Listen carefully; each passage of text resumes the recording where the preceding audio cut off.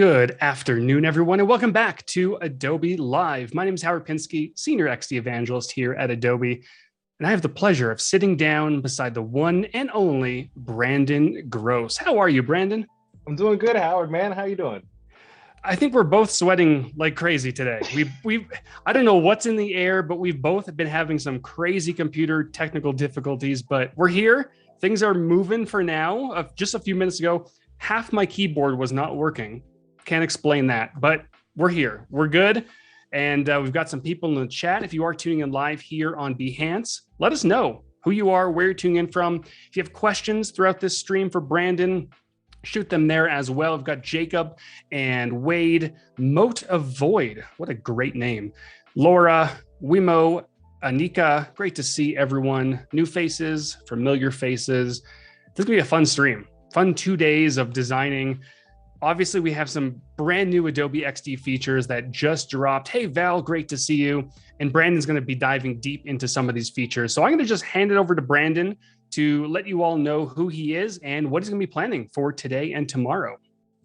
Yes. All right. So ladies and gentlemen, hello. I'm super excited to have you, to be here to dive into some of the cool new features in XD. We're going to have a huge exploratory session, me and Howard, the next 2 days. We're going to have fun. We're going to try some things, and just be wary. I haven't gotten all the way through a lot of the things. This stuff is new, so we're going to learn together, and hopefully we come through with some awesomeness. But if you guys don't know me, my name is Brandon Groce. Yes, Groce isn't nasty. You won't forget. And I create design educational content in the UIUX space. So I'm going to keep that short because I want to see how much we can get done in these 2 days. Howard, are you ready? I am ready. And if Brandon, if you have any questions for me about video or Lottie, shoot them at me as well. I've been kind of testing some of this stuff for about 5-6 months. So, and there are some limitations. We'll go over those as well. Some of it will be improving in the next update, some over the course of the next few months. So, we'll try to point those out as we're going through this process. All right. Sounds like a plan. We're really gonna do, there's gonna be a lot of back and forth conversation. But what we're gonna do and try is to create in 2 days a social platform for creatives called Create On. If you guys have better recommendations, let us know in the chat. We want to do some cross collaboration here. But in the 2 days, you want to create a login and just a dash of what this experience is going to look like, and focuses on 3 things: auto animation, the new video feature that XD has, as well as the Lottie feature, and see what we can play with. But with that said, yeah, let us know if you guys have better suggestion for Create On. So I'm sure they do. The chat is always super creative. They're a lot more creative than I am. Yes, guys, we expect. Yeah. Actually, okay, I'll fix it. I'll speak louder. If there's audio issues, let us know. This weekend, a lot of Halloween. Yes. So just let us know in the chat. All right, so I kind of cheated a little bit. All right, Howard. Gosh, we haven't even started and you've already cheated. Yes, I cheated a little bit. I kind of created some of the assets that I want to use for this platform. And if you guys have any questions at all, like how did I make them, I'm going to try to reverse engineer as much as I can. But for time's sake, I know we do have 4 hours these 2 days. Just let me know. So I will try to start from basics, but some other things I will just drag on. Okay. So because this is, we're trying to, with this social app, the platform we're kind of thinking like streaming for creatives, kind of like the way that Behance is going. So we're going to have some sections with featured creative streamers, live stream channels that you follow, popular creators, some recommended video, and then that's pretty much it. So like I said, login and dashboard. So let's start playing with some of the dashboard stuff here. I already have our featured video stuff here, but most of the stuff that we are going to be showcasing from scratch today, ladies and gentlemen, is some of the auto animate stuff. Like I really want to play with how what we build today is experienced. Because XD just makes, whether you're using UI kits or you're creating, very seldomly do you have to create stuff from scratch. Do you feel the same way, Howard? For the most part, yeah, there is a lot available through those UI kits. I personally enjoy creating things from scratch, just so it's unique and it gives me something to do, and it makes it a little bit easier for me to distribute some of that stuff. But yeah, there are a ton of UI kits you can just dive into. You go to the file menu down to Get UI Kits. There are some on the Adobe XD website. You can find some on Behance and Dribbble and all these different platforms. So yeah, if you just want to dive in and get going, also the daily creative challenges. Each challenge has a starter file that usually contains some sort of element that you can get going with. Indeed. So for everybody who is watching and would love to know in the chat who is or is not familiar with XD, we do have our regulars here. I see Sam, Igor, we have Umacorn, Laura. Glad to have you guys, and Annika. So I'm gonna create one of these assets at least from scratch, so you guys know, like, ta-da, that's how it's made. And then we're just gonna copy it everywhere else. Right, and I would love to hear from the chat while Brandon's doing this. What has been your favorite new feature that we announced at Max? And as a quick rundown, we shipped just a few days ago, really, Lottie integration, native Lottie, so it doesn't convert into GIFs or anything like that. Video playback.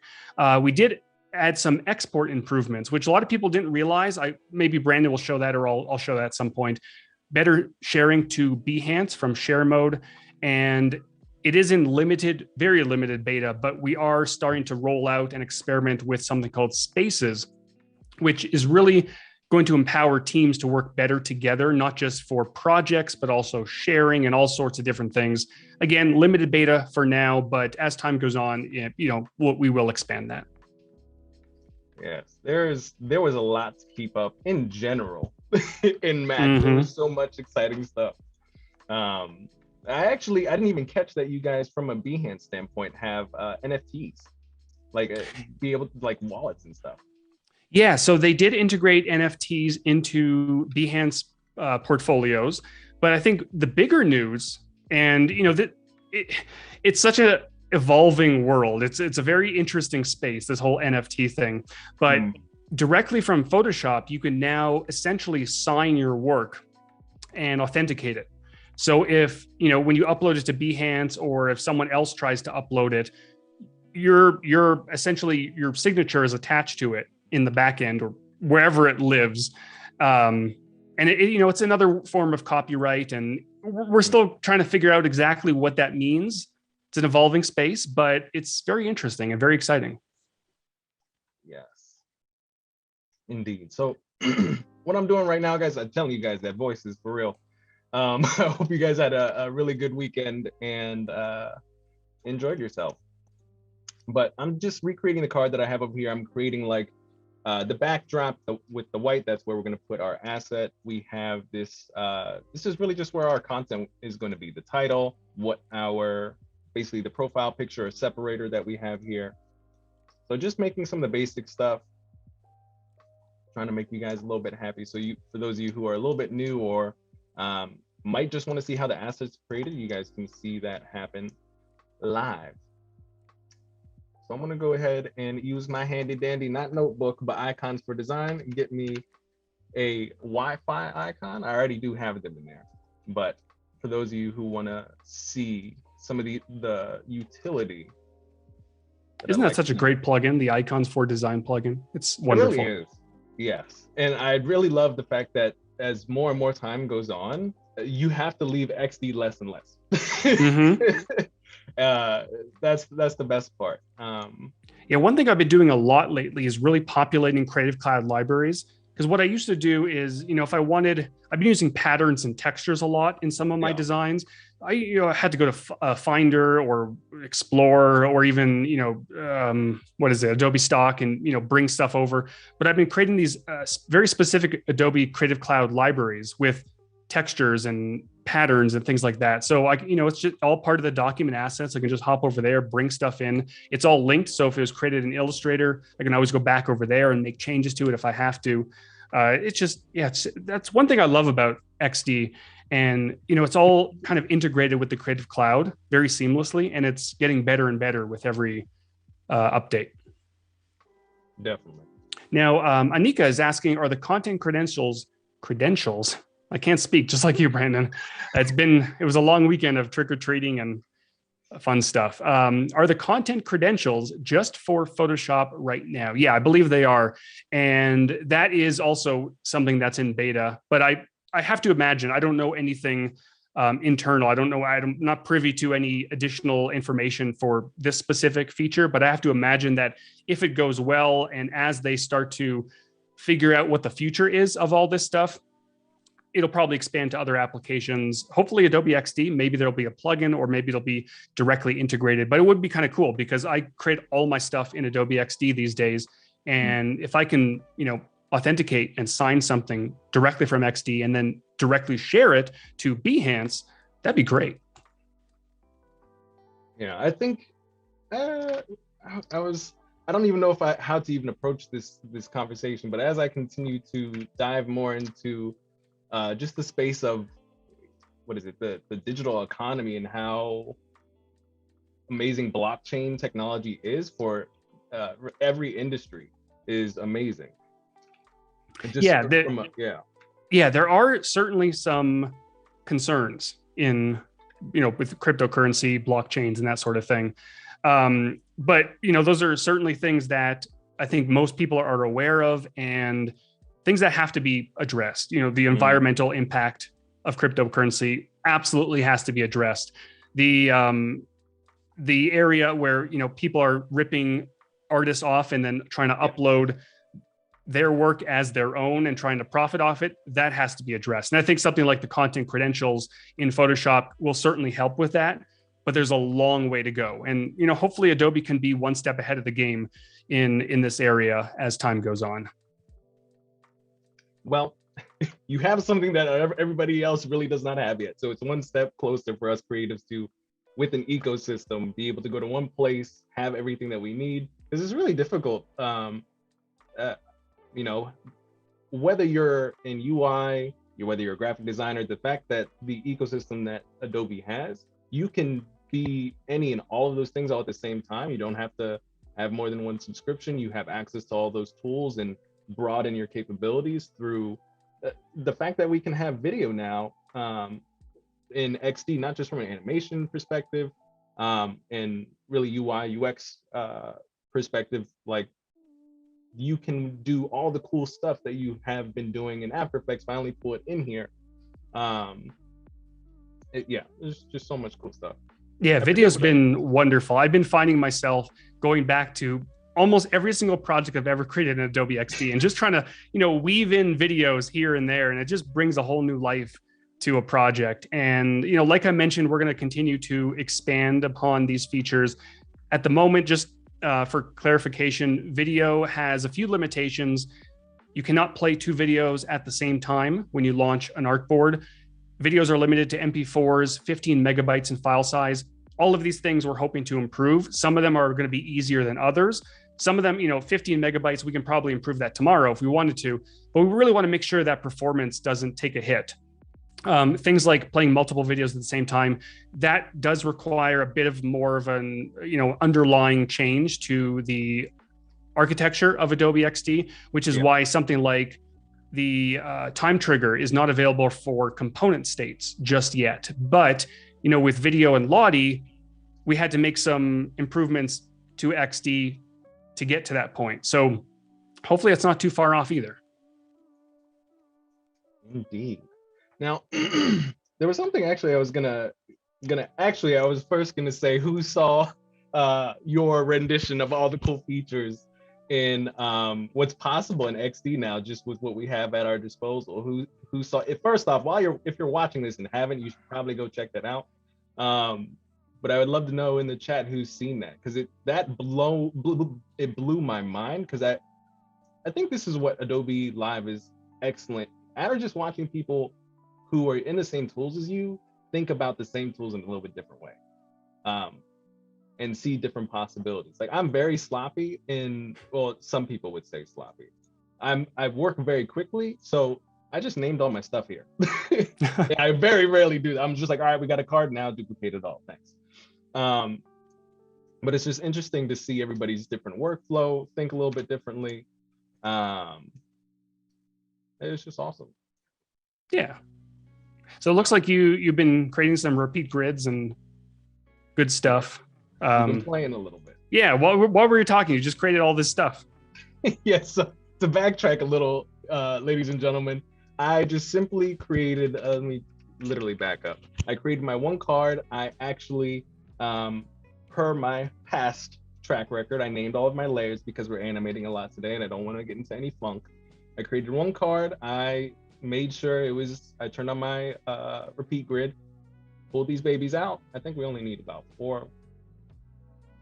And we're gonna mess around with this later. I just put about 45 pixels in between. And I did do some, there we go. Yes, see, I prepared a little bit. And I know, Howard, you were like, keep them in the grid, but for some reason, I don't know how to be as efficient when they're not in the grid. It looks fancy. It's all good. Yes. All right, so we have our first row. We do need to label these puppies. So I am just going to, because I am, I already have it literally typed and you guys will be here with me for like 12 minutes, me trying to type a live channel. So I'm just gonna place this right here. I'm serious. With the nerves sometimes, especially with spelling, like my least favorite time in school was spelling or going up to the board to spell, whether it was my name or not. It was challenging. So yeah, it's the pressure of people watching, and I get it. I'm there all the time. Can't spell while I'm streaming. Exactly. So we're gonna do this in segments. Every time I finish like a whole group. So I have my cards. Awesome. We have my live channels. All this good. So I'm pretty much done here. We'll come back to this when we start wanting to put in some assets. Maybe we want to change some of the titles here and there. We'll play with that. All right. So these are all. I wonder where this is. I want to have there we go. I just wanted to create the main component. I didn't know where it was. Bet it was this one. But oh yeah, because you created the component, then you put it inside of a repeat grid, and then once the repeat grid was created, it converted that into an instance, and then shoved it to the side somewhere. So if I did, okay, all right. Wait, hold up. That is interesting. All right, well that is on my end probably. We'll figure it out, ladies and gentlemen. We'll figure it out as we go. So this next section, pretty simple. I'm gonna go ahead and I'm just gonna hold Alt, pull this down, pull it out of the group. We don't need it in the group. And this is going to be called for channels we follow. And did I just did, yeah, okay, we're gonna copy and paste again. Out of curiosity, since this is like a live streaming sort of ordeal, how many of you guys have been enjoying Adobe Live outside of Adobe Live hours? The awesome creators that we have here, basically like 24/7 now.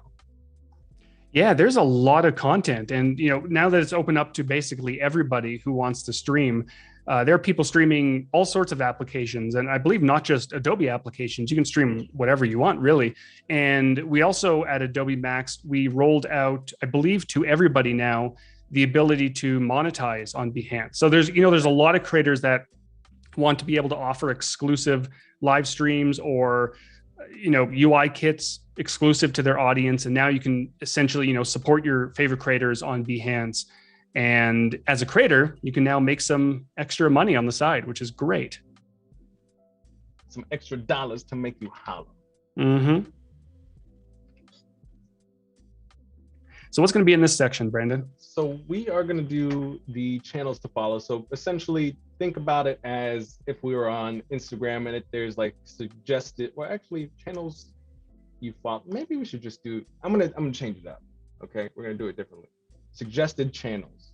So if this application knows who we follow already, these are channels you should follow. So suggested people.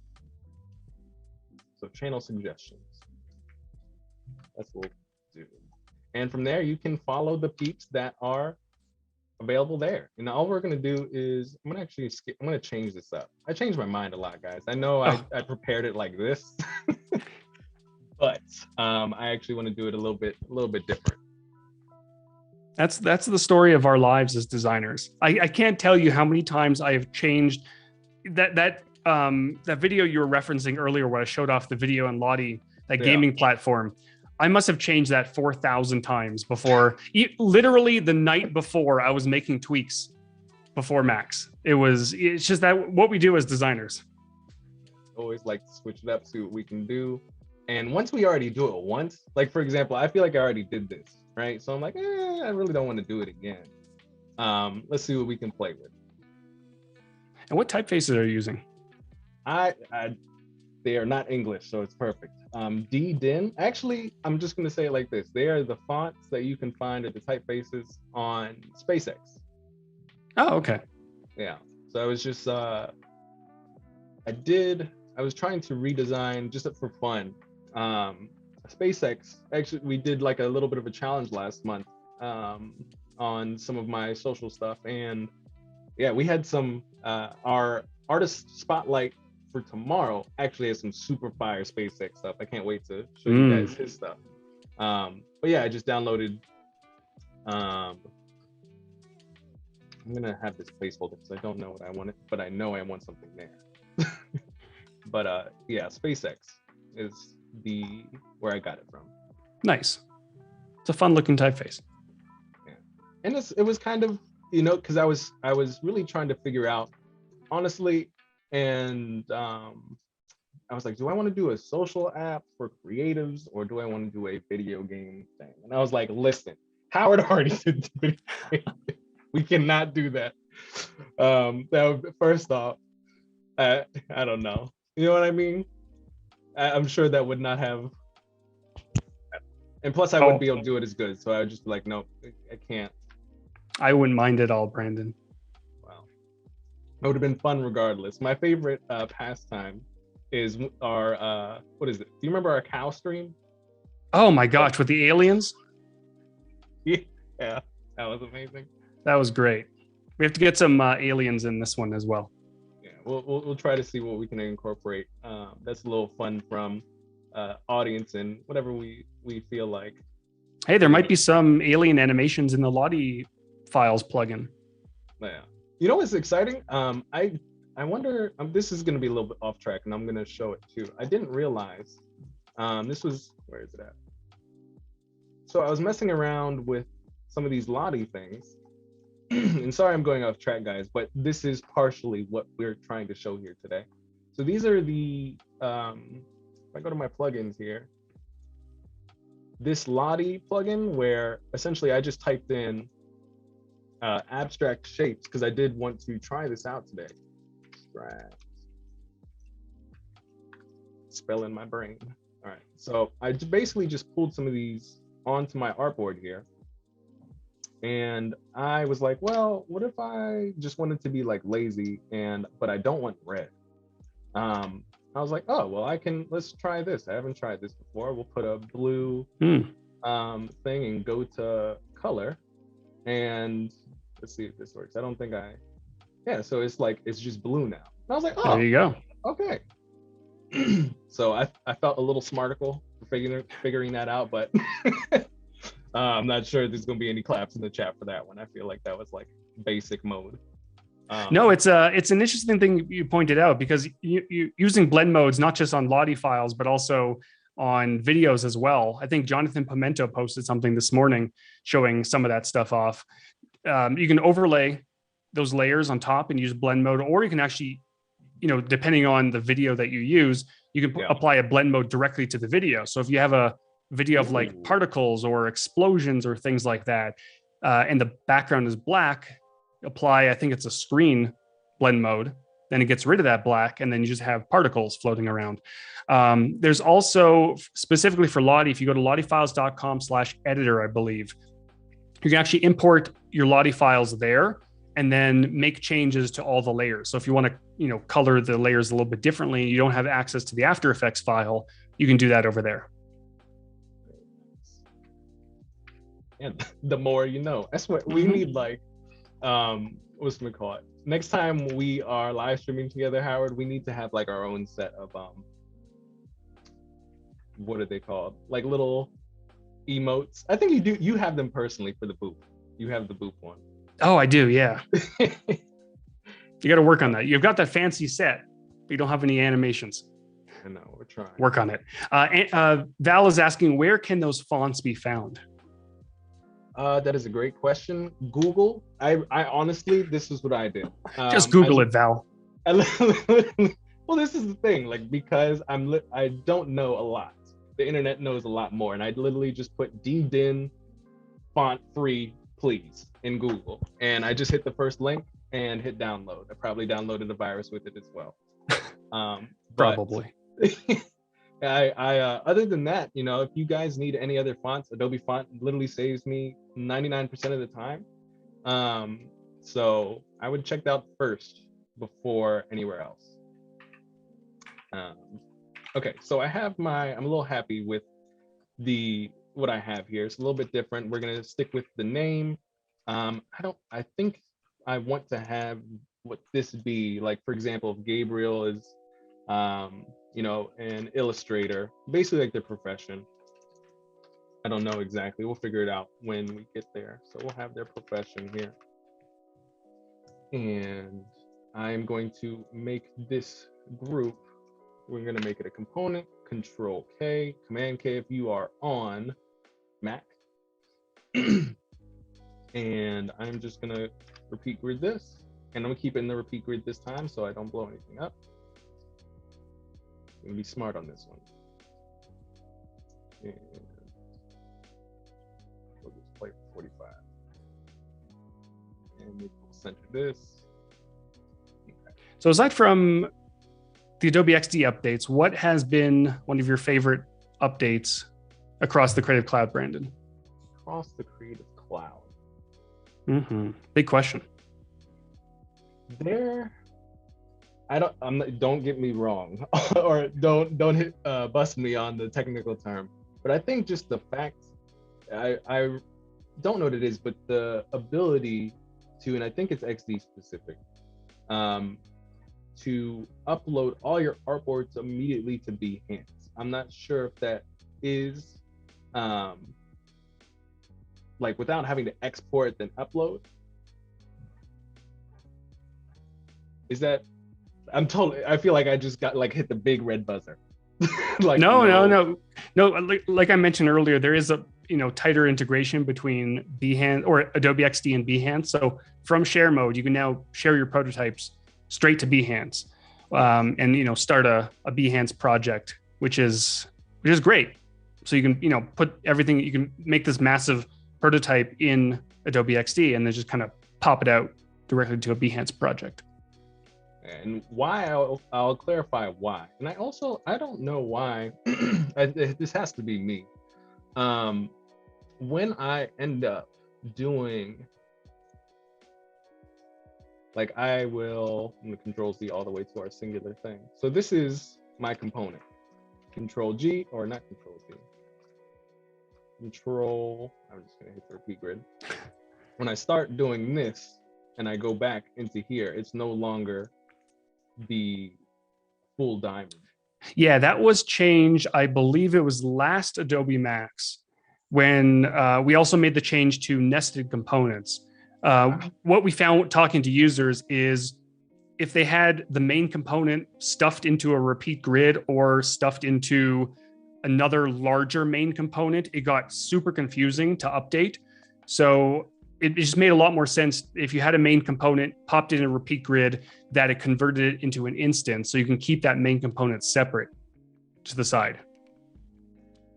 Okay, so I can keep this off to the side, pull this in, repeat grid this, and this is our happy day, right? Let's see. Aha. Okay, cool. Great. All right, now I did want to change this. I think this is we're gonna make this purple. Okay, now what I was gonna say previously, to clarify why I said that functionality, because most people are like, that has nothing to do with creating anything, right? That's how I would think without being in my brain, right? So why I picked that feature is because I am very much in the thought of we are headed into a day and age where everybody's going to be a content creator. It's not just going to be the people who just have the time to produce or want to be a YouTuber, things like that nature. Like, we have people literally being hired off of TikTok. You're familiar with like the TikTok resumes, or people just being hired through the cool stuff they're creating on. Yeah, of course. Why is this fighting me? Yeah, so I'm gonna do this to save myself. So my thought is the fact that that Adobe is making content easier to produce, that's going to be like a huge, that's a huge thing for me. Yeah, totally. Yeah, there were also some video updates as well. I believe faster rendering and better caption support, I think, for speech to text. So all those updates that they're releasing for video, and even the digital photo updates are definitely going to help creators kind of get to that point where they want to make it keep it in one ecosystem, and then just be able to export it very quickly and share it with the world. Indeed. Now I will ask you another question, Howard. I sometimes just going live makes these vectors fight me a little bit. What is that? Why can't I shrink this? So take a look in the properties inspector. You have responsive resize on, and it's set to fix width and height. So as you're trying to resize it down, it was fighting against you. That was it's always an oversight on me, guys. It's never the software. All right, so it's probably this too. There we go. Easy. Mm-hmm. All right, we're gonna switch to the actual cute one, not the one that Brandon decided to do. So since I have answered the question, what about yourself? Is there a combination of features, things of that nature that you're super excited about that you are using personally? I mean, there are a few. Obviously, the XD stuff, the video and Lottie, that's probably been my primary focus of excitement. But aside from that, the neural filters in Photoshop are getting a lot better, and they introduced a few additional ones for colorization and landscape editing, which are really fun to play with. Yeah. And then there was one. Oh, my mind just went blank. I had it, and then it just poof, gone. Oh yeah, Photoshop and Illustrator now coming to the web. It's in an early beta, and it's insane. Not. Yeah, it's obviously not fully packed with all the features yet. It's going to take some time, but the fact that they're both coming to the web is really exciting. You can work basically anywhere from any computer, which is great. Yeah, that see, there's so many things. Like I'll like when I said or gave you my answer and you just brought this up, I was like, yeah, the fact that we're able to go into, you don't necessarily even have to, the fact that the capability and the utility of Photoshop, and then the fact that the software is just going in that direction,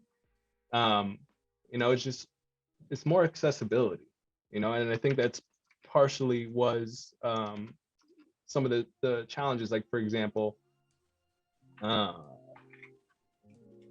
think really early on, like way early on in XD, you had to have XD to open up an XD prototype. Right. Then you didn't have to.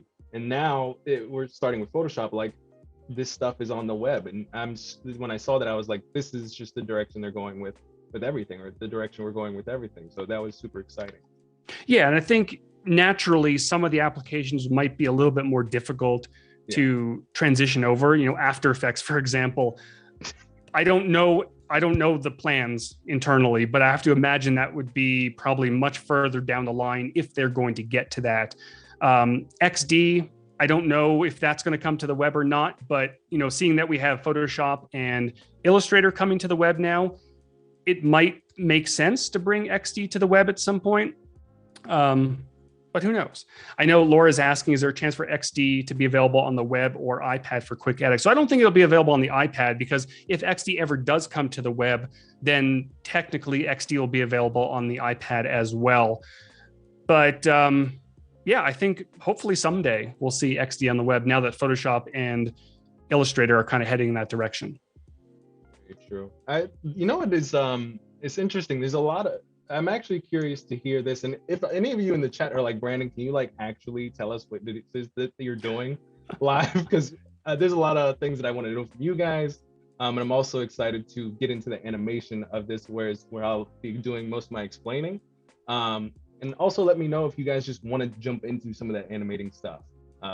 Either way, this is for you guys. Super excited to talk about Mac stuff and show you what we have envisioned for these next 2 days. So it's up to you.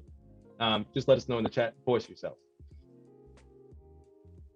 What I was going to ask was, do you see a lot of people wanting XD for tablet?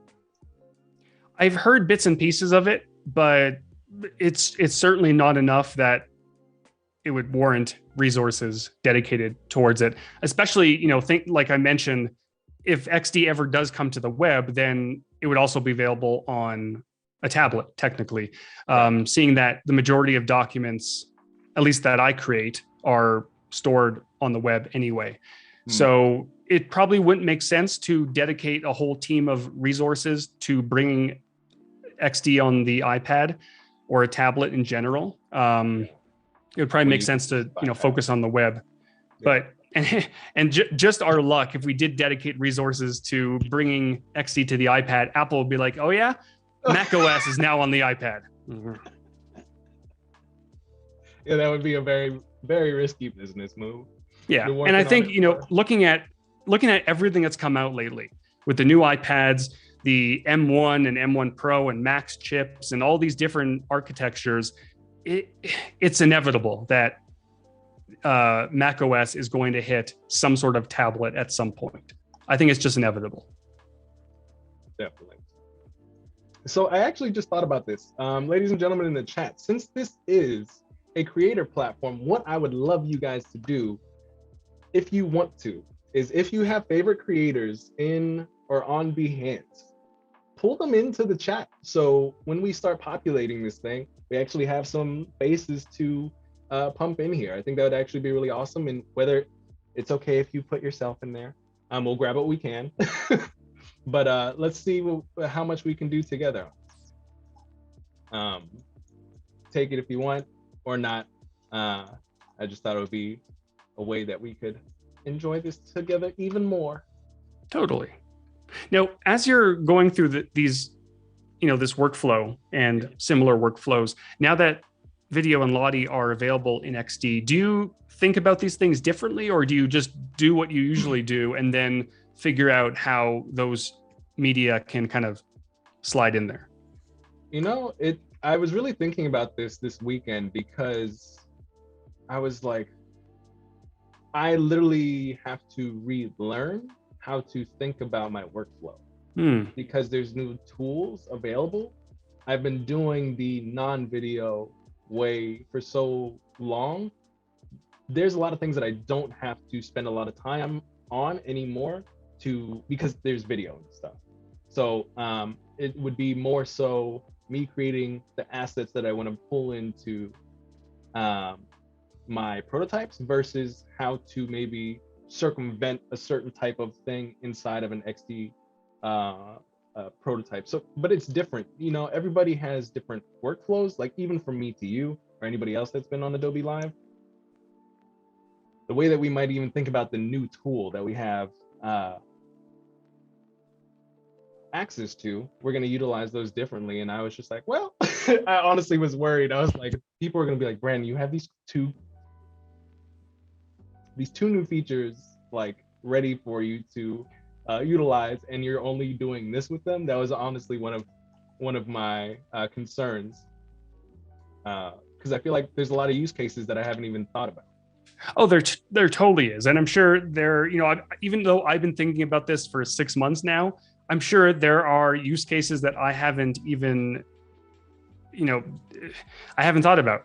And users are probably going to, as they start experimenting, they're going to really blow us away with what you can do. But, even though you can do something now with video and Lottie, doesn't mean you have to.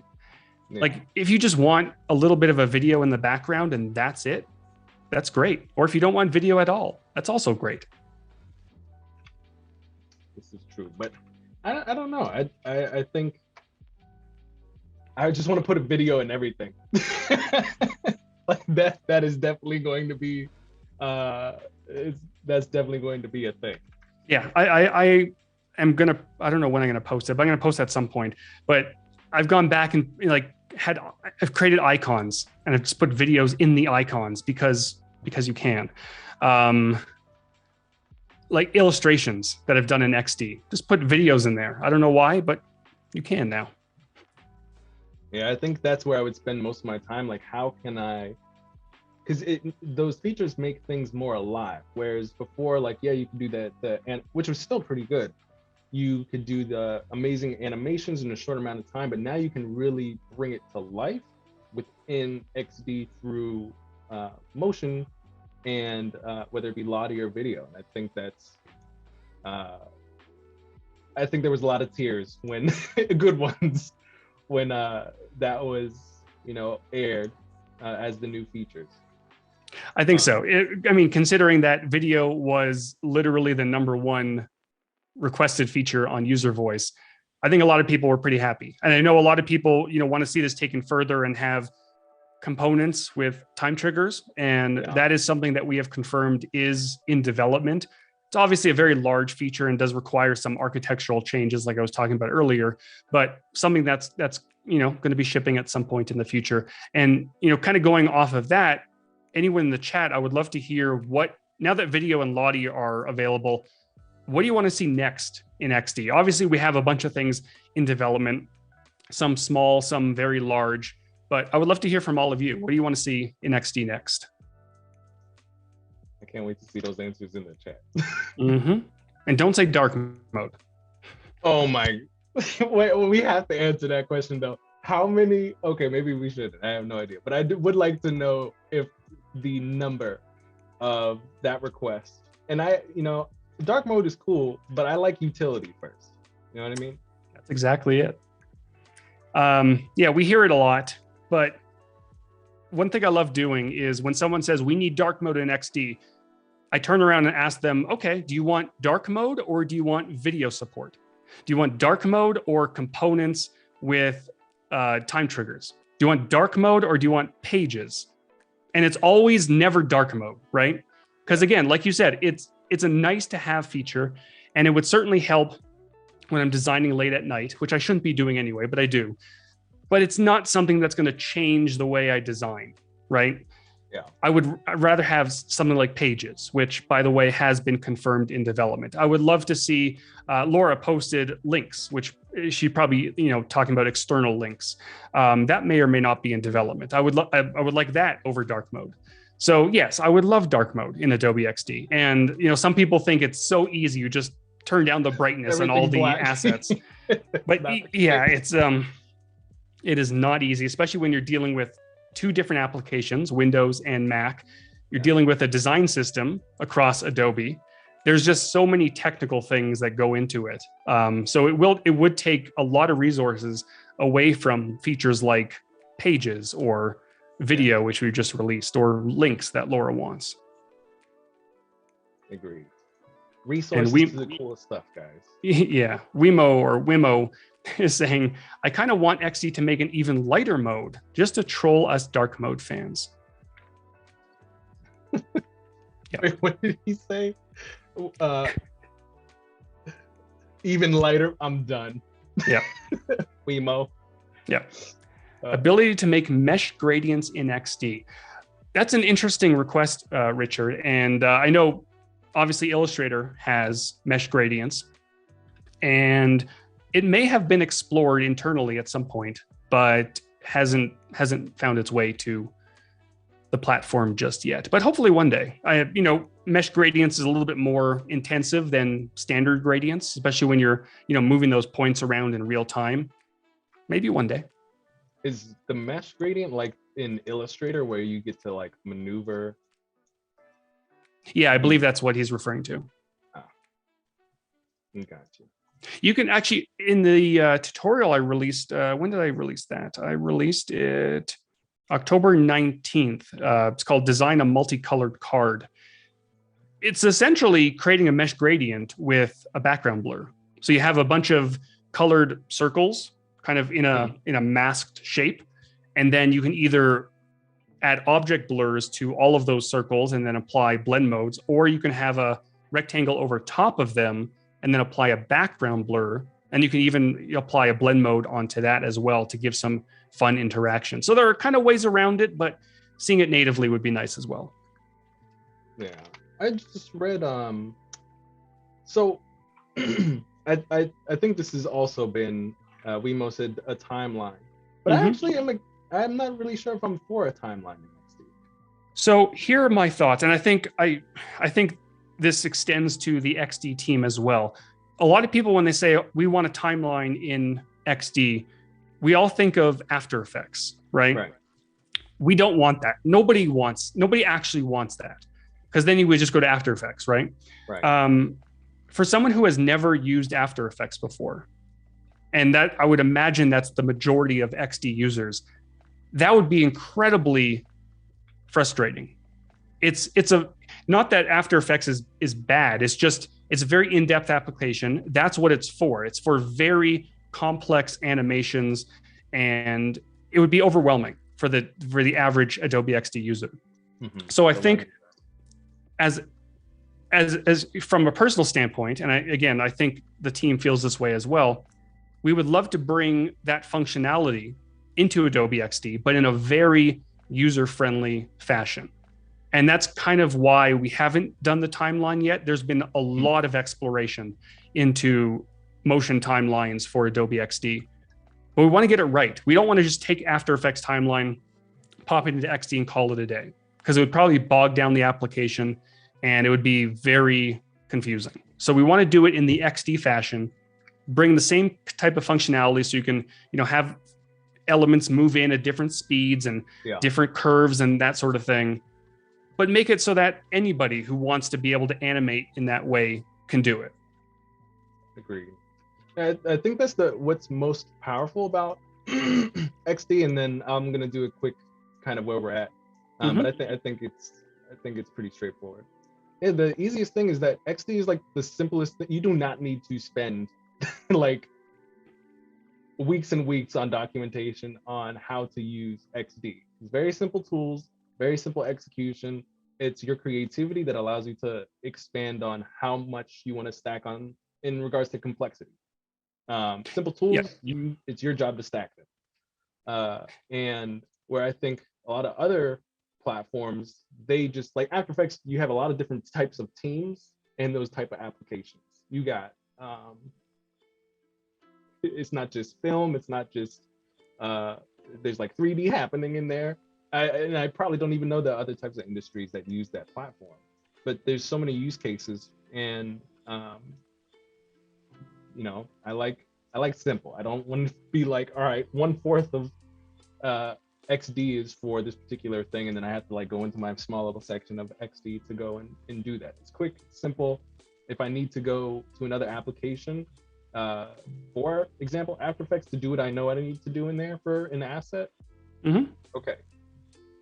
Yeah, I agree. And I think that's what we strive to do. And hopefully we've done a pretty good job at, streamlining a lot of the functionality in XD so that the average person can use it. I actually saw a tweet, I think it was this morning, and they were saying that in XD to create a scroll group, it's literally one button in the properties inspector. And they compared it to one of the other competitor applications. I'm not going to name it because it's a great application. I have nothing against it, but they were saying that it takes like 5 or 6 clicks to create a scroll group in that application. And I didn't know that because I don't use that application very often, but we try to make it as easy as possible. If you want to create a scroll group, boom, there's a button there. Just select your objects, click a button. So hopefully we're doing that well, and we're going to continue doing that in the future. And that's why things like the timeline hasn't been shipped yet, because we just want to make sure that it's accessible to everybody. Laura said she created a Google Sheet list with Behance artist profiles. Nice. Very nice. Is Val, are you in the, can you decipher through that list if Laura links through it, and maybe we can pick some of those peeps, or maybe just link some of the Behance peeps profiles. Or link the Google Sheet, and you can use the Google Sheets plugin to pop them all in automatically. Oh, there will be some walkthrough on that one. I think Laura did that on purpose. Laura's been in enough streams that she knows how Google Sheets works. Well, what do I use Google Sheets for? My to-do lists. I've actually never used Google Sheets, or I've never had to in that context, using Google Sheets, but I know that a lot of people use that workflow though. So I'll be excited if you consent to handholding today, Howard. I sure consent can. to stumbling live and working through that with you.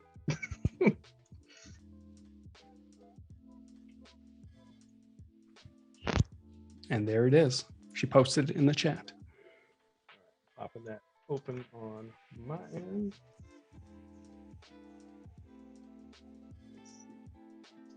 And this is going to be a completely random question, but if anyone in the chat has recommendations for a Thunderbolt 4 dock for the new MacBook Pros, please drop it in the chat. I've been struggling over the last few days to get all of my stuff connected that I had connected to my old computer to my new MacBook Pro, and it's just been the worst experience. Even though it has all these different ports on it, which is great that they brought more ports back, I don't know, things are just breaking. Well, that's you're a Mac guy, right? I am a Mac guy, yeah. I don't know, man. I had to put the Mac down, or my Mac put itself down. I tried to run my background on it, the stuff that everybody's looking at right now, and my thing just like went out to lunch and never came back. It was like, please do not exert that type of energy requirement on me again. Yeah, it is nice that Apple's finally listening to professionals, and they're just from the few days that I've been using the new MacBook Pros, it is an absolute. I'm actually using it right now to stream this. The new one, the M1. Yeah, I got the M1 Max. Probably don't need the Max, but I got it anyway. It is a beast. Like I've been trying to run as much as I possibly can. Like it's not even scratching the surface of this thing. It's crazy. But I need a dock. And my friends have been low-key because I've just been so salty after my laptop never came back from lunch. Well, I would be too if that happened. So I've been in the market for a laptop, so I have to see. But these actually look really good. The artists that we have here. I don't know when. So when is the best place? Like after I get this all hammered out, the homepage. Then is that kind of how we're gonna? When is the best place to start doing the Google Sheets? I mean, it's completely up to you. What I would recommend is we do it inside of a repeat grid. So whether it's the creators, that section right above, or any of the repeat grid sections, I think that's probably the best place to use a Google Sheet because that really shows the power of just being able to bring all that information at once. Okay, we will rock with that then. We're gonna try it right after I make this row really quick. Richard's saying there's no noise fan in the new MacBook. Yeah, so some of them don't even have fans at all. But the new ones, the new MacBook Pros, they do have fans, but mine, I haven't even, mine's not even with all this streaming going on, I've got XD running in the background. Haven't heard the fans yet, which is bonkers. But what about the 3D stuff? Like if you were to drop like some of the substance stuff, like would it breathe really heavy? Like would you need to go get like an inhaler? That's a good question. I'm going to try that later. I'm imagining that the fans will turn on, but I don't imagine that there'll be any sort of performance drop because I've been watching a lot of videos, a lot of performance tests, and people have been pushing it. I watched a video a few days ago.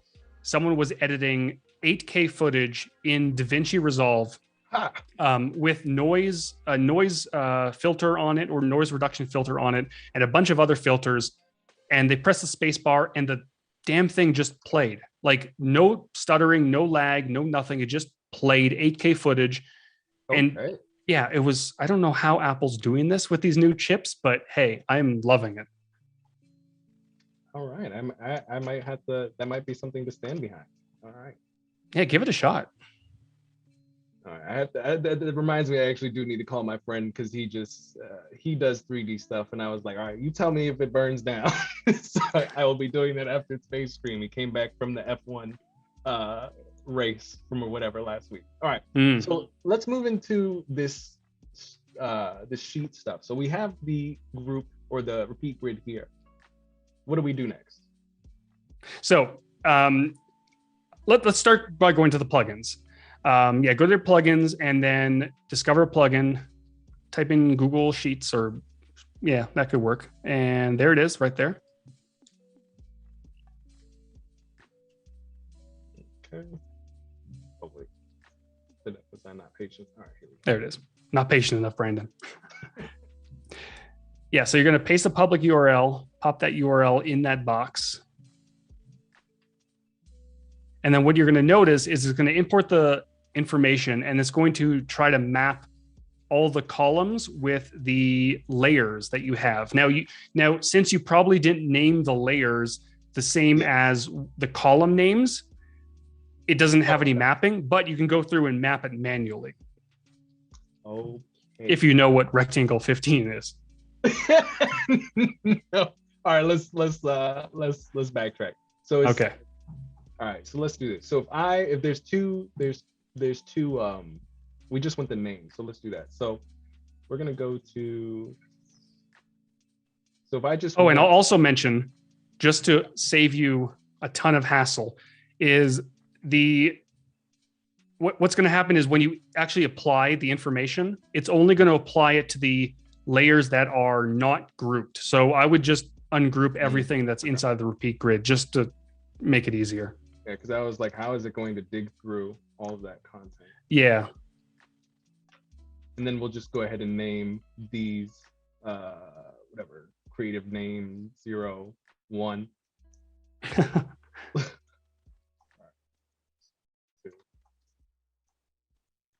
Yeah, those you don't have to worry about. Just in the layers panel, make sure that where it says creative name, just name that whatever the column name is, where the... Oh, so just like A. Okay. Yeah. All right, well, let's try that again. Oh, it's artist. There's someone just changed it. All right. You guys are switching it up on me. I saw A and then now it's artist. All right. You guys are playing games. Unless I didn't see that. All right, artist. Okay, it all changed. All right, let's play again. For some reason. All right, there you go. Boom. Google Sheets. Copy. All right, guys, we're learning. Be patient. All right, artist. Boom. Okay. Mm-hmm. And so we just hit apply, and it'll wait. It only did it to one. Yeah, so you had one layer selected. Make sure you go back and select the entire repeat grid. Oh, the entire. Yeah, now try.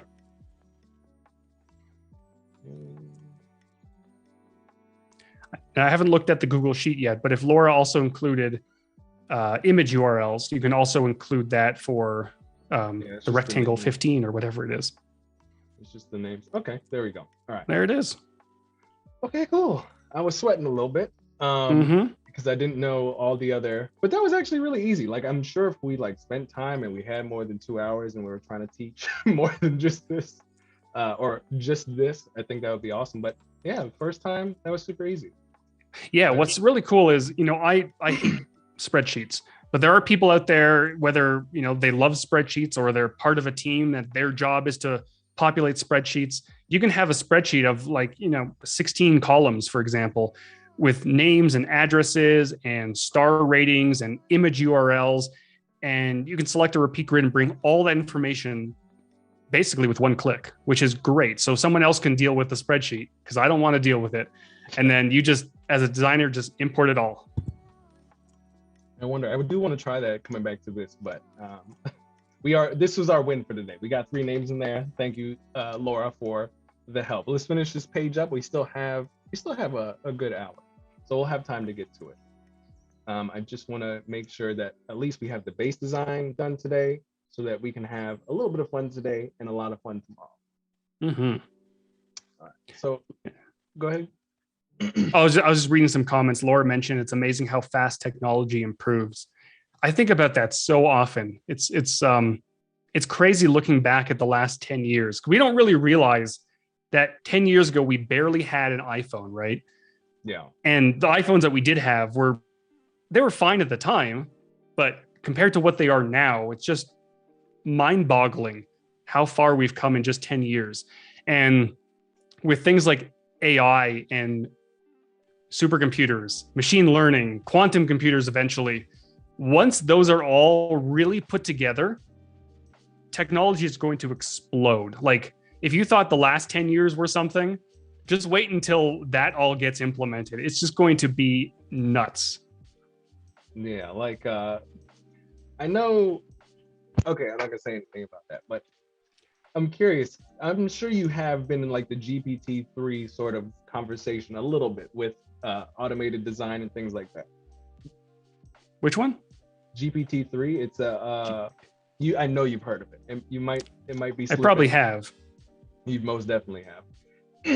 But essentially, people have at some point, I think it was mid of this year, they created plugins for other, and I'm not sure if it's public, but GPT-3 can be used for like multiple different things. Someone made like a little test for themselves so that someone can just open up a little Word doc within a designing platform and type in what they want, like social platform that looks like Instagram, yada yada. They can press. Yeah, I think I've seen a concept.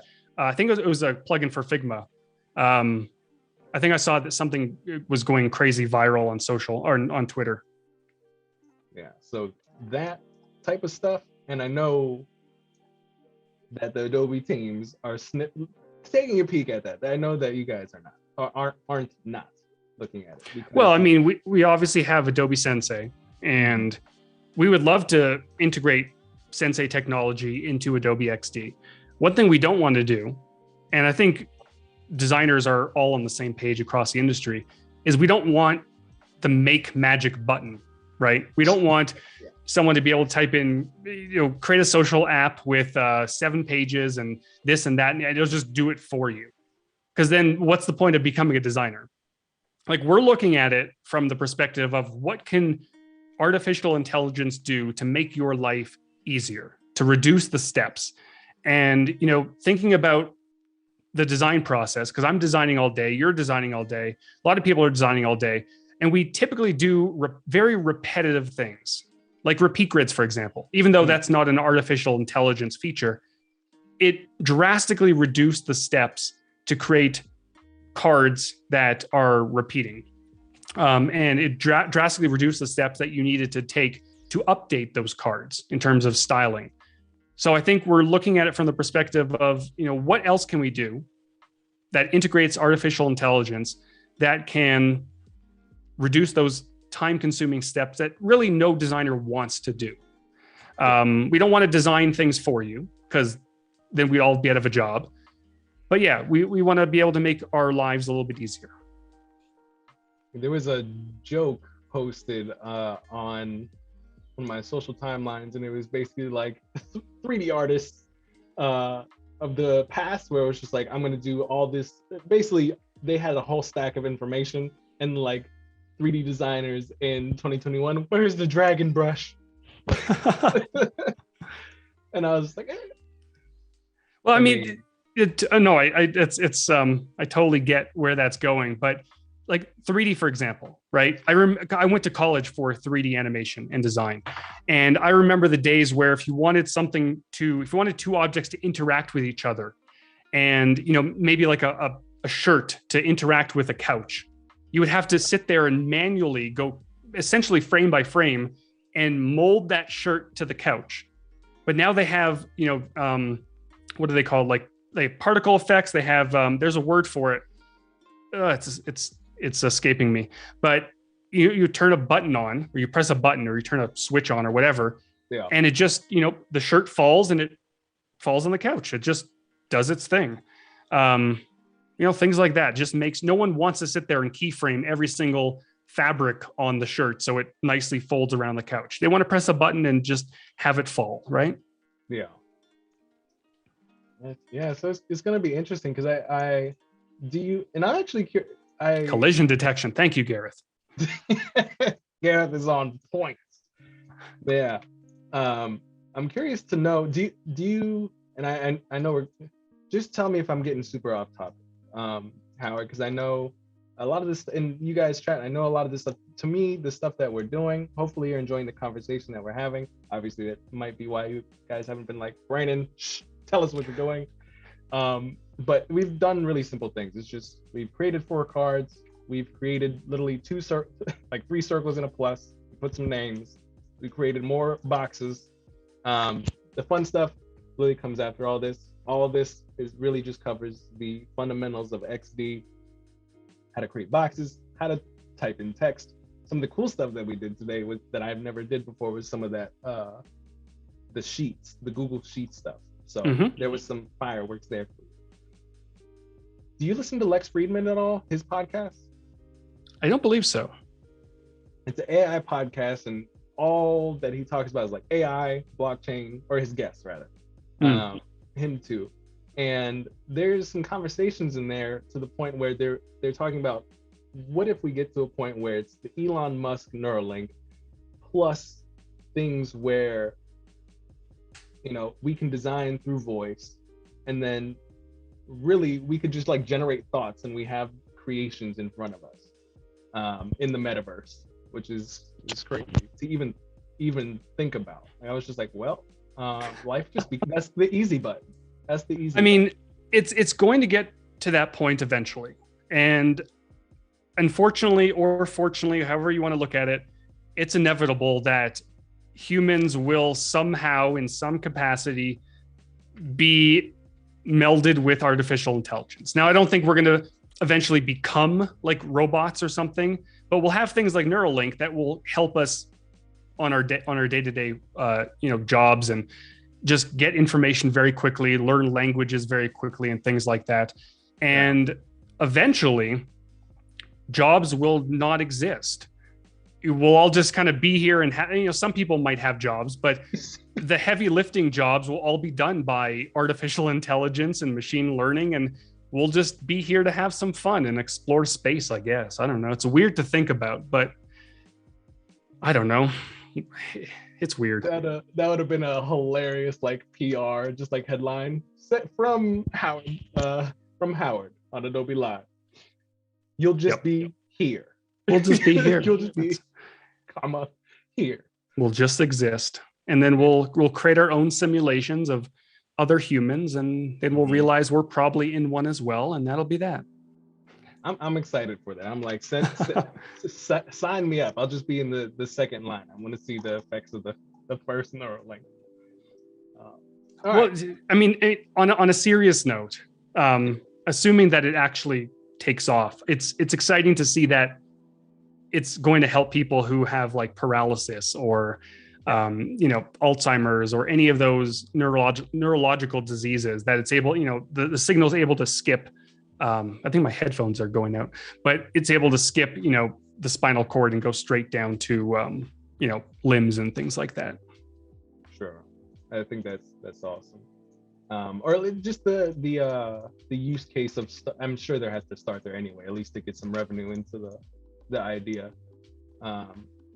Otherwise it's, where are you going to get your money from to do the cool stuff? Okay, chat, don't yell at me. I literally was just trying to retrack how we did what we did with right here. I'm sure we can do it with this, but I'm not sure if, I feel like I would have to recreate this to redo it. But let's go ahead and try. We'll do try on there, and we're still good on time. All right, so I'm going to go to my layers. We have our repeat grid. It's good to go. We are going to drill into, I'm gonna ungroup everything in that, okay. All right, and we're gonna go into this name, and we're gonna name this, I'm actually gonna name the component artist. Yeah, that's We're gonna be smart, guys. We're gonna use the component that we have off to the side. That's a good idea. Let's do that. See, it just requires thinking. Which is hard to do when you're streaming in front of people. Well, it's even more difficult when you would like to talk a lot, super curious about the person on the other end. You have the chat that is awesome, and you have questions for them, and you have to design. Mm-hmm. So that is 1/4 of the game right there. Then you have very deep questions from Richard. If technology replaces every form of work, how will people earn money? What is it, the BCI? Is that the term? Basic BUI, basic. Oh, the universal? basic universal income or universal basic UBI or something. Yeah. I mean, if it actually gets to that point where humans don't have to work, then money may not even be a thing. We just do whatever the heck we want, I suppose. Which is terrifying to think about even more. But I don't know. I'm not that smart. That's why there are much smarter people than I am working on that stuff. And it's interesting. Let's see if we do this right before I open my mouth. Hold on. Let's try. I think we got it, guys. So we'll see what we got. Maybe? No, doesn't look like it. All right, hold on. Artists will be mapped to artist. Yes. Mm-hmm. Is anything grouped in that repeat or that element? It should not be, but knowing me, there probably is. Nope, it is not. Does it count if so this is the repeat grid and then the component is within the repeat grid? Oh, yes, I believe it might. Try ungrouping that. Which I know defeats the purpose of components, but it's all good. And then we'll group this or no, just inside the repeat grid, just ungroup the components so that they're just free floating layers.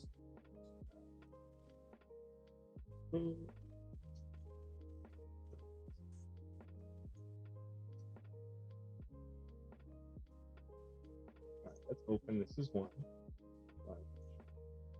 I think if you just right click on that, just ungroup. Oh. Yeah. Oh, here we go. Oh, there we go. Yep. Now try it. That's just that one. Oh. All right, cool. So, all right, let's try it again. Boom. All right. There we go.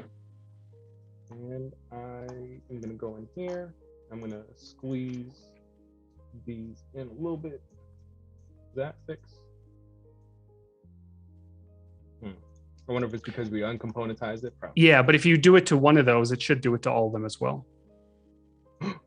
That actually confuses me a lot.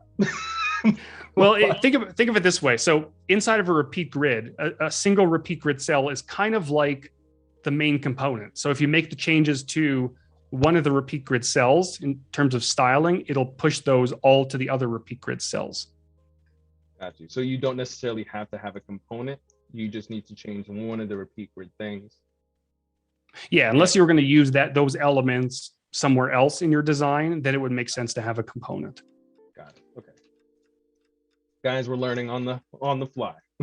This is why it's just, we all have our own flows. And when you actually get into a room where you have other intelligent people who have an extension of your knowledge in another direction, that's when things get really interesting. Wait, there are intelligent people here? Well, one is, and it's not on this side of the whatchamacallit. I just make sure. Not on this stream. We try, guys. We're out here. All right. So we have everything. We have all of our basic shapes. We're gonna start going down the line and pulling in some assets. And if I do pull some.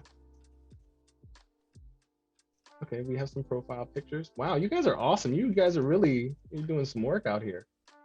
Okay, so they have, all right, so let's try this too. So if you guys are not in the, what is this, the sheets, the Adobe Live team, you guys, the chat, are really helping out. You guys put in some profile pictures. So let's see if we can do this. So we're gonna call this profile, or is this Val's work? Val, is this you? Or is this the collective efforts of all the awesomeness in the chat? Or did I name that wrong thing? All right, profile. All right, cool.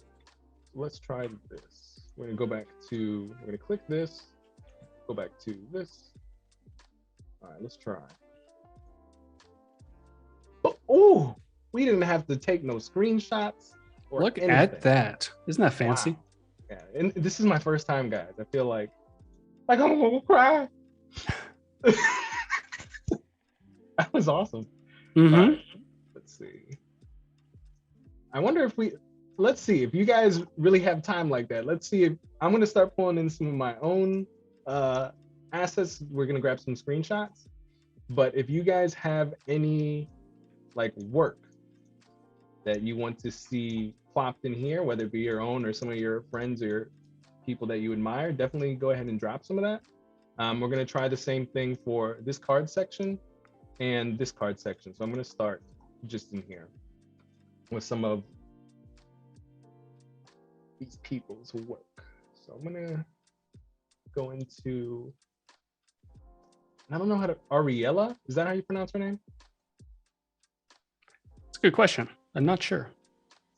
And I certainly wouldn't want to butcher it. I'm not Like, great with names. Yeah, you're gonna be like, Brandon, I'm gonna let you have that right there. And She has beautiful work though. Yes, I'm very much in favor of, hold up, why didn't it go through?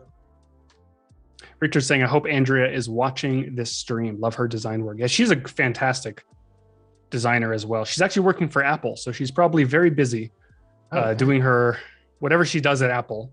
I know they're super top secret over there. I wonder what I was wondering where she had or what she'd been up to. Yeah, she's a UX designer at Apple, but that's probably as much as we're gonna get. It's just LinkedIn bio. That's about it. Yeah, I have a few very good friends who work at Apple on the corporate level on working on some. They're able to tell me what they work on after it's been shipped, but beforehand, it's not even worth asking. Hey, got to keep that IP. Mm-hmm. All right, so we got Maddie Beard pulling some of her stuff up. All right, I want to grab. I feel like I'm feeling this fresh list. That's pretty fancy. We might just grab a quick screenshot just of the top portion here.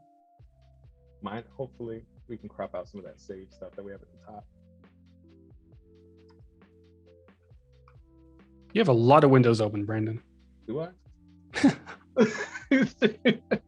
Just a few. Just a little bit. All right, so we're just gonna add that, and then I have to. Well, all right, you guys will see him tomorrow anyway. But I just have like a very particular favorite tip. Actually, I'm gonna keep with you guys. You guys gave me some. His spotlight will be tomorrow. All right, let's see what else we got here. We're gonna do. Who else do we want? Cody Bear. Cody's a great artist as well. Stuff here.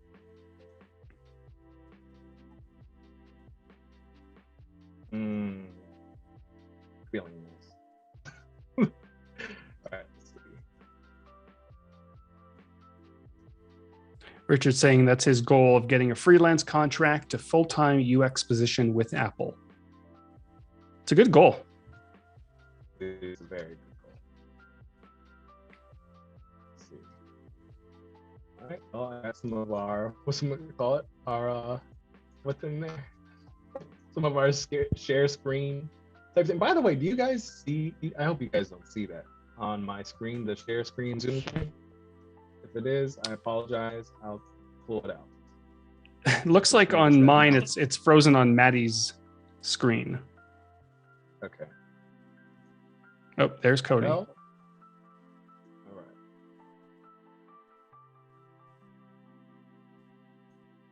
Some of you guys want Patricia in here.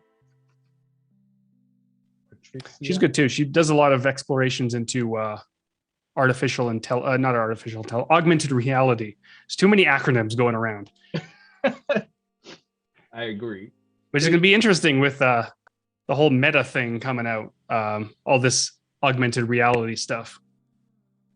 I cannot wait for that. honestly, I've been super wanting to dive into, why is all this stuff like, why did it get super cropped? Are you a proponent of or diving into any 3D stuff yourself, Howard? Oh, absolutely. I've started to explore. I was going to post it maybe later today.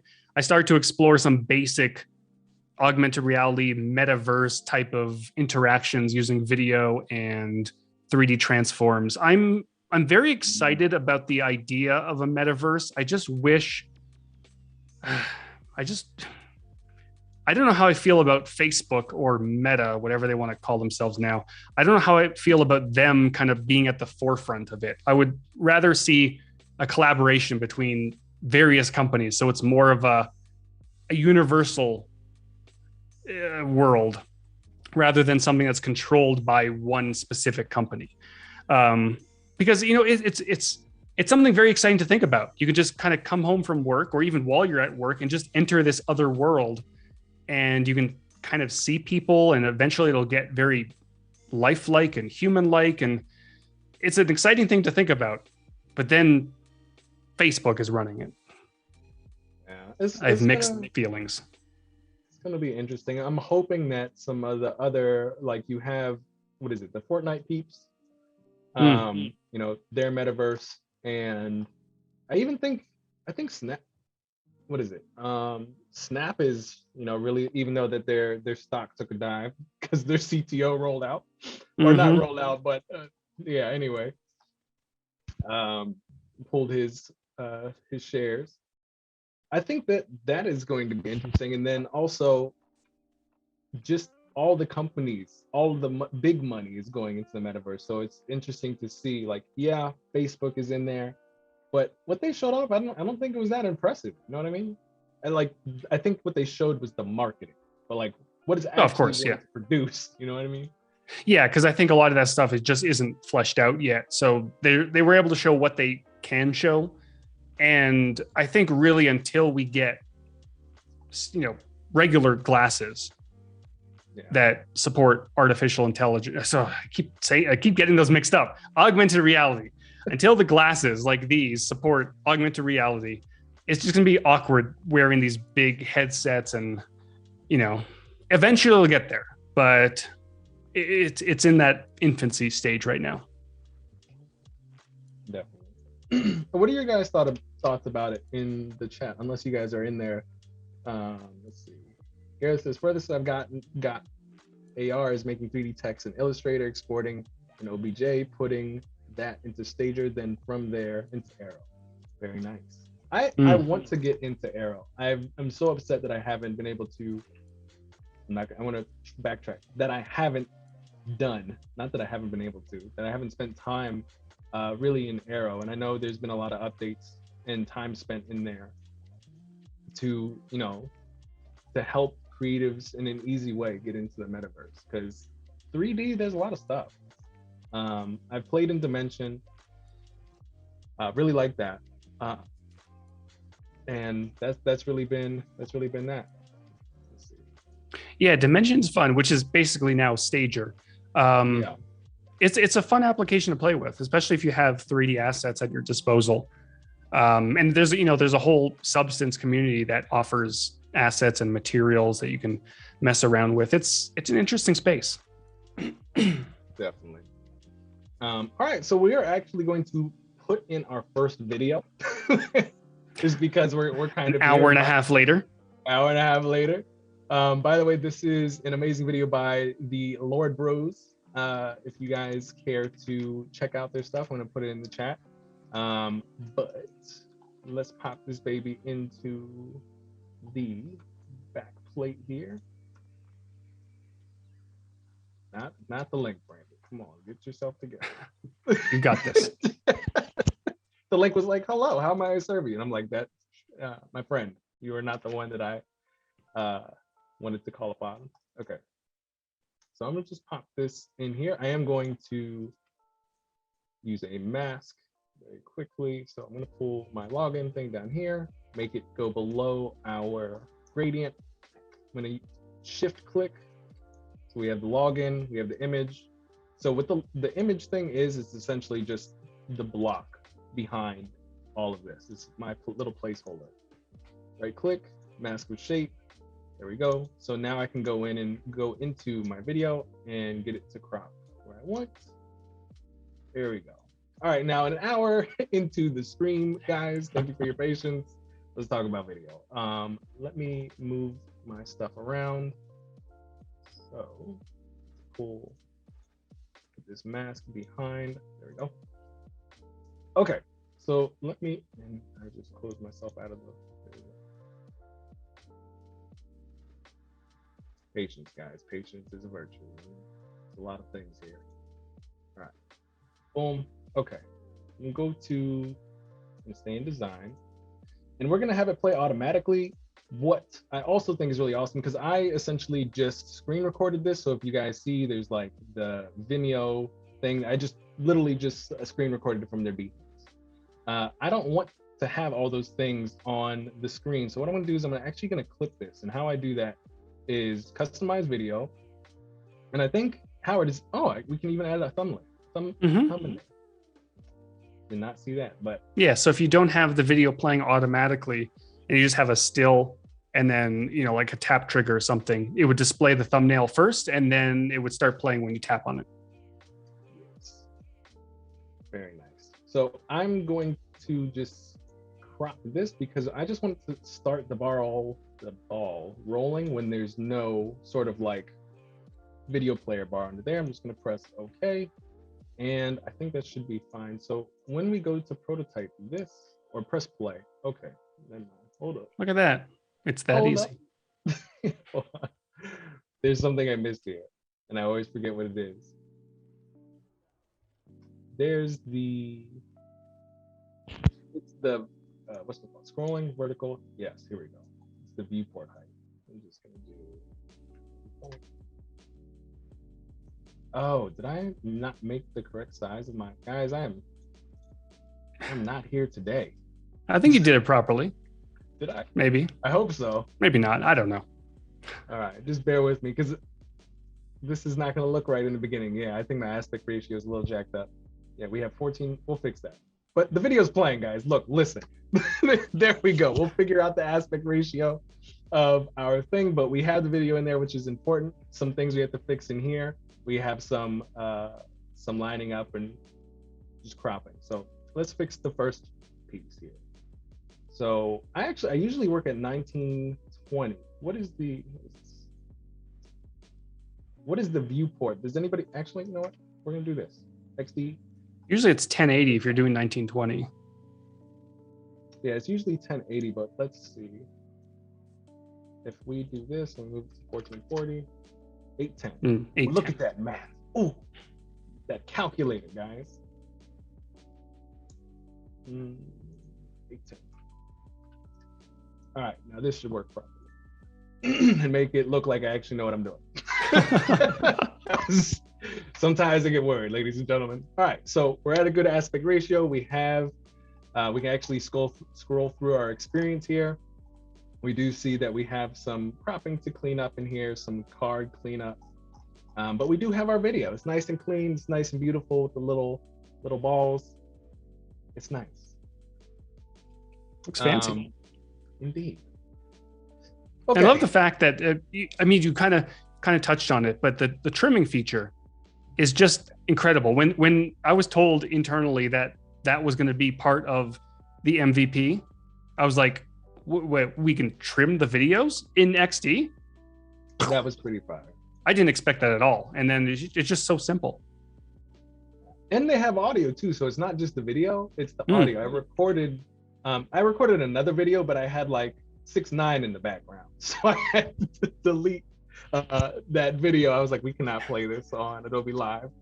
Yeah, so you can mute the audio in XD if you want to, and at the moment, it cannot play. Let me think. Yeah, so if the audio is attached to the video, then you can mute it or you can unmute it. Completely up to you. But at the moment, if you have the audio separately as an audio trigger, so if you go to prototype mode and you add a additional action, those I believe cannot play the video and audio cannot play at the same time because they're technically two time triggers. But if I'm not mistaken, don't quote me on this, that will be improved in the next update. So you'll be able to have those playing simultaneously, and then actually you might possibly be able to control the audio like with a trigger separately as well. So you can mute it and unmute it while the video's playing. Again, don't quote me on that, but that's what we're working towards, and it might be available in the next update. Very nice. I was like, I hope. I was like, I hope I don't have to do that right now.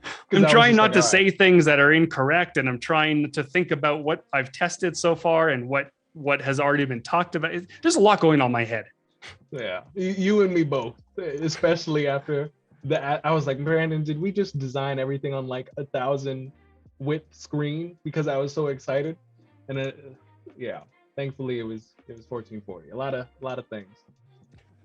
All right, so what do we want to do next? Because we can start having some fun. Like we can add some, for example, if we hover over some of these cards, we can play, right? I know we would have to do something a little bit different because we can't have this playing in one of these playing at the same time, right? They would have to be right. We would have to switch. Yeah. At the moment, only one video can play at a time, but you can create a component with a hover state that plays the video, which is nice. You can also, if you want to, switch it up a little bit, you can create some micro interactions with Lottie animations, exploding hearts or confetti or anything on those lines. One thing that I think would be kind of cool, maybe we'll show this tomorrow, is the end of playback trigger. So I know a lot of people are asking for time triggers on components. This is kind of a time trigger on components, but just for Lottie and video at the moment. So essentially, if you have an end of playback trigger, it's going to transition to the next state or even an artboard once the video or Lottie animation has completed. So you can do things like create a download button that, when you tap on it, it transitions to the Lottie animation. It's maybe like a progress circle. When the progress circle completes and you have an end of playback trigger, it'll automatically transition to the next state, which could say play, for example. There's a lot of fun stuff you can do with that. Like if we wanted to, because I was thinking about this today, I was like, well, like for our login or whatever, let's just pretend. This is a basic one, guys. This is not part of the plan for today, but just to demonstrate a little bit of what Howard is saying. Or just to give you a little bit of taste for tomorrow. Like if this is our play button, we go to prototype, we're here, when we click that, it throws over there. And so after actually we're gonna have to work through this again together. The playback, let me see if I'm on, where's my layers here? Okay, we do this, end of playback. After this Lottie is done, it should just jump over here. Yeah, and you'll want to make sure on any of these interactions that looping is not turned on. Otherwise, it's going to just loop forever. Yeah, I think this is a pretty long animation too. Yeah, so you're good. Yeah, we're good. So if this is our button, boom, we click. Nice little, and I think that this is like a 1 minute animation. I tried this earlier and I was like, okay, that's a little too long for a loading animation. Probably not gonna use this. But I think after this is done, even though it is visually appealing, boom, and it should just switch on over to the next screen. And there's a lot of things that you can do, like you can make the auto animation transition from the previous artboard to this artboard be like really slick. There's a lot of things, but that's just to illustrate what Howard was talking about. I've been debating whether or not I talk too much about this, but if you want to get a little bit creative with things and you're really needing time triggers for components, you may or may not be able to include a 1 second Lottie, a blank Lottie animation that with an opacity of 0%, and then use an end of playback trigger to fake a time trigger on components. But you didn't hear that from me. We did not. All right, so I'm just going to, and this is also sourcing you guys from the chat, because this is something I kind of wanted to do live, because I wanted to show you how quick the workflow kind of is, where I just outside of, I wouldn't do this either. Just use your quality stuff, okay? Just stealing people's work. We were going to give we're going to give credit to the people whose work we're looking at today, okay, ladies and gentlemen. But I wanted to show you how I do my workflow so we can showcase the trimming, things of that nature, and then also show the how you can trim things in XD. So I'm going to pull, I'm just going to download what I just pulled into my videos. Okay. And I'm just gonna use that one and alternate alternate them. Okay. All right, so I literally am just pulling this from my folders into, I wonder if this works. I bet it does. Yeah, there we go. Boom. And we can crop it. And I'm actually surprised it didn't, oh, we didn't, what is it? If I component this, Howard, and I slap our video, will it go all across? If you, well, you're in a component already. Was I? So if you edit the main component, it should apply that video to all of them. Okay. And I will mention while you're doing this, at the moment you cannot drag, let's say, 4 videos into a repeat grid and it'll all like populate, but that's something that eventually will be able to be done. Got it. All right. By the way, for those of you who are interested, let's go back to our lovely artist for today, and actually give them some love. Okay, this is for, I guess, this campaign. We'll have the link in the chat. I don't want to hear it, guys. We're giving love to beautiful artists, and we also are trying to teaching at the same time with limited assets. So, okay, so what I did is I just popped into, as Howard directed, we have our component here. We put in the video file here. We're gonna have to, rather than having them all play automatically, we're gonna have to change, and we're gonna probably change this too, to a hover play. So, because I haven't done this just yet, I've been playing with one video. We're gonna do this for real live. So, It's the best way to do it. boom, we are going to do, I think we want to be on design. We do not want play automatically. For right now, we might just leave it play on. Huh. Yeah, how do you do the hover? Is it you use the interactions in prototype? You go here? So what you'll want to do is set the first video to either play on tap or play or no playback. And then you'll have to set up, you'll have to make sure it's part of a component. And then just like you would create any other hover state, you would create a hover state. And then on the hover state, you would set the video to play automatically. All right, we're going to play with that tomorrow, guys, because that will make me sweat a little bit. And I want to use the rest of the time for the stuff I know I can do today, but tomorrow I'll be able to explain it. It'll be super smooth. But one thing I do want to take it off is the automatic play, so we can play with these cards here. That's cool with you, right? Yeah, sure. Go for it. Knock yourself out. All right. There's just a lot of new things. I'm like, ooh, we didn't. So we're gonna do play on tap just for right now. That's not the functionality that we're gonna continue messing with. Now for these here, what do we want to do? Play on tap. Let's see if actually we can do these. So this is our component. Let's see if we can do these on hub. We're gonna do we're gonna do a new state. Nope, just a hover state. No. Oh. So how does this work? We just literally. Yeah. Press the yeah, you had it right. Press the plus button one more time. So select the component, press the plus button, and then do the second one, hover state. Oh, lol. I don't know why. That's yeah. Okay. And then on this one, select the video and then change it to play automatically. All right. And so, let us see. Well, look at that. Oh wait, there we go.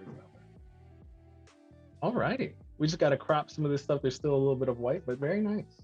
Yeah, and one thing that I think I showed it off in the promo video that I released. And I'm going to be making a video specific tutorial on this as well. But with the trimming feature, one thing that's kind of cool is, when you're on YouTube and you're on your subscriptions list and you hover over video and shows you like 3 seconds, a 3-second preview of the video, then it kind of loops, and then you can click on the video to actually play the full thing. You can do something like that, where on the hover state, you can trim it to like 3 seconds, and then when you tap on it, it goes to another state where it plays the entire video with no trimming, because the trimming is non-destructive. So you can get really creative. Then you can add a Lottie file in between those two states with a loading animation. So it's like buffering, which automatically transitions to the full video. It's like you can do so much cool stuff with this.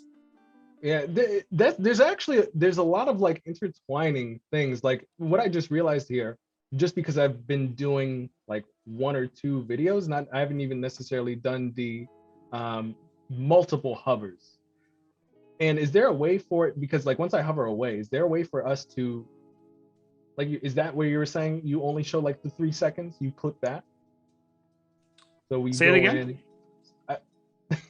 So because we're playing like 6 minutes full of 6 seconds full of footage. If we wanted to show like only a couple of seconds, we would go to our video in here. Yeah, so make sure you're on the hover state. You're on the hover state. So go to the trimming feature. You just shorten this baby up. And then shorten it to like, I don't know, 2 seconds or 3 seconds or whatever. All right. Yep. And then that way. Yeah, so there's a lot of complexity. And I wonder if just because I recorded off my screen, if the is it starting a little bit late? Maybe probably because I don't know the file size that I put in here. That's probably part of it. What do you think? Oh, you know what it is? It's because by default, hover states are wired up with auto animate. So actually go back to the main component. Yes. Boom. Yeah, and make sure you're on the default state. And then switch over to prototype mode quickly. And then switch from auto animate to transition. And then set the animation at none. And give that a shot. Got it. So that's more, okay. So there was like a timing sort of a thing. Yeah, there's a bit of a fade there. Got it. Yeah, so that makes it a lot quicker. Mm-hmm. It's in the details, guys. It's in the details. Yeah, I never would have had a thought about that. Like the complexity with the videos, like it's not bad complexity. It's just there's a lot of testing out that is required. You have to get used to it. It's a new feature like anything, when component states were released or when auto animate was released or 3D transforms, things you have to get used to. Yeah, but that's awesome. Because once I'm like, oh, did it once? I'm like, oh, okay, that makes sense. Don't really need to, it's not confusing anymore. All right, let's see. So we're gonna do the same thing with I wonder if I can do, we're gonna make this mask that we have. We're gonna make this a component. We are going to wait. We do have about, let's see, 12 minutes left. 12 minutes. All right. Well, this is probably one of the last things I'm gonna do, and then I'll talk a little bit about what we're gonna do tomorrow. But this component, why don't I get a, where's the, that is not the main component. I just made this a component and it's not giving me that additional.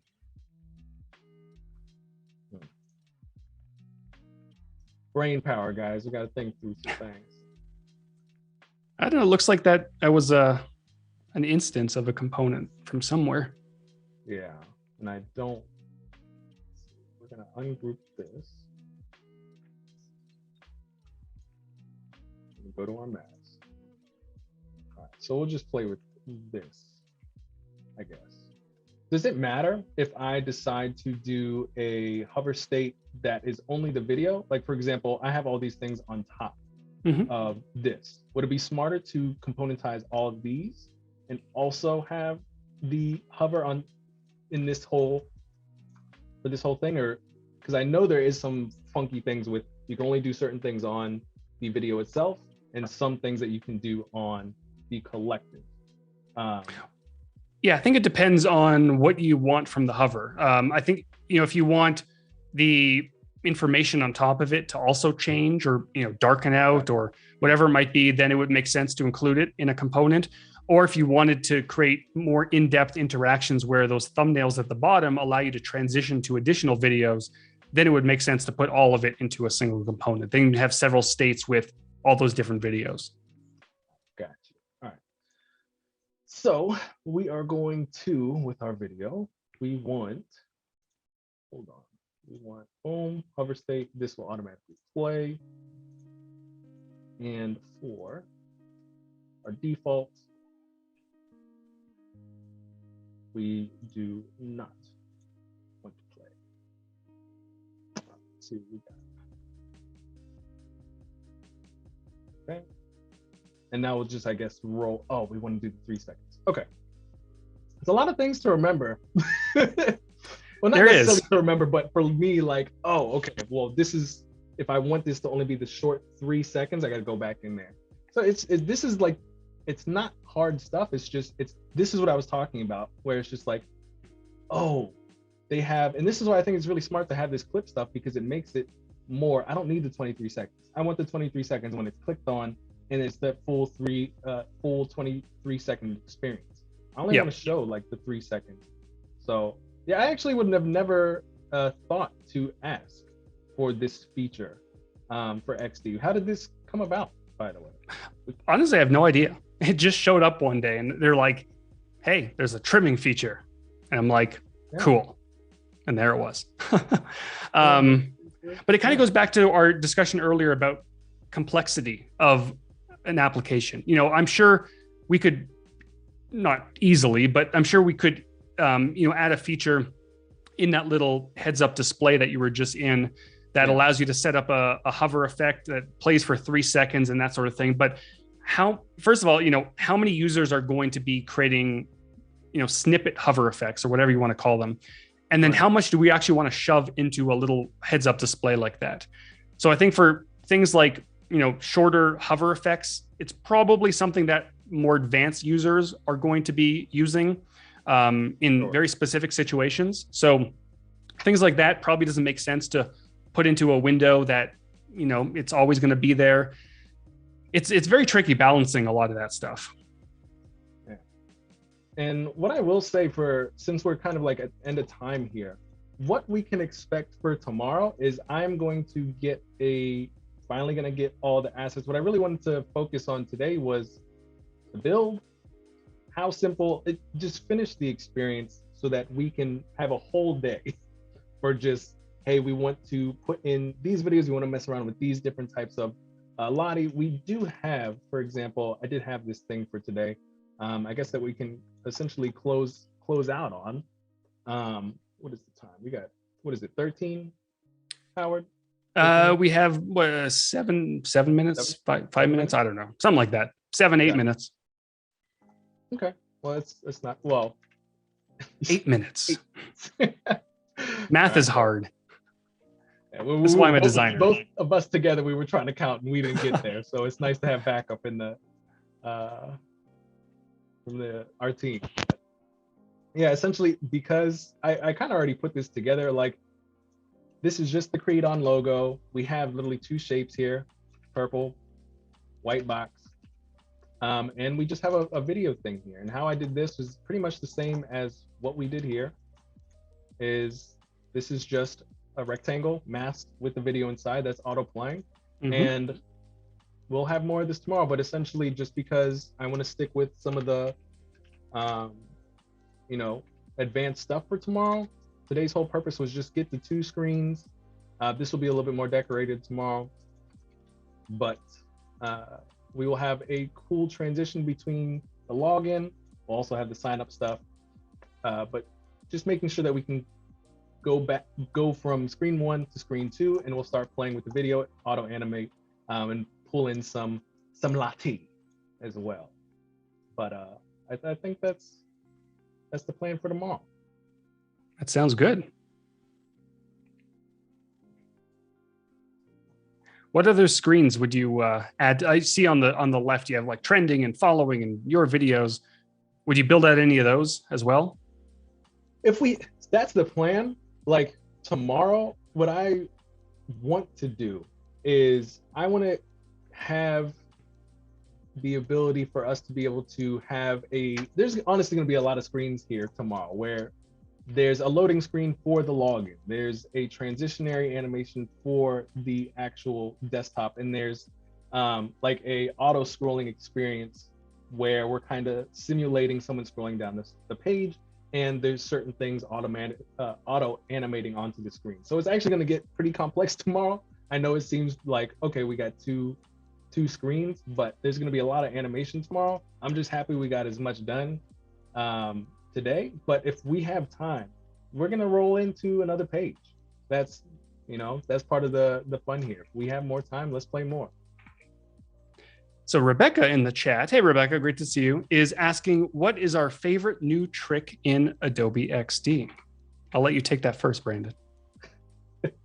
The fact that I can have the ability to bring my designs to life, like the fact that I can just go to Lottie if I wanted to and just like pull things over, or go in here, insert as Lottie.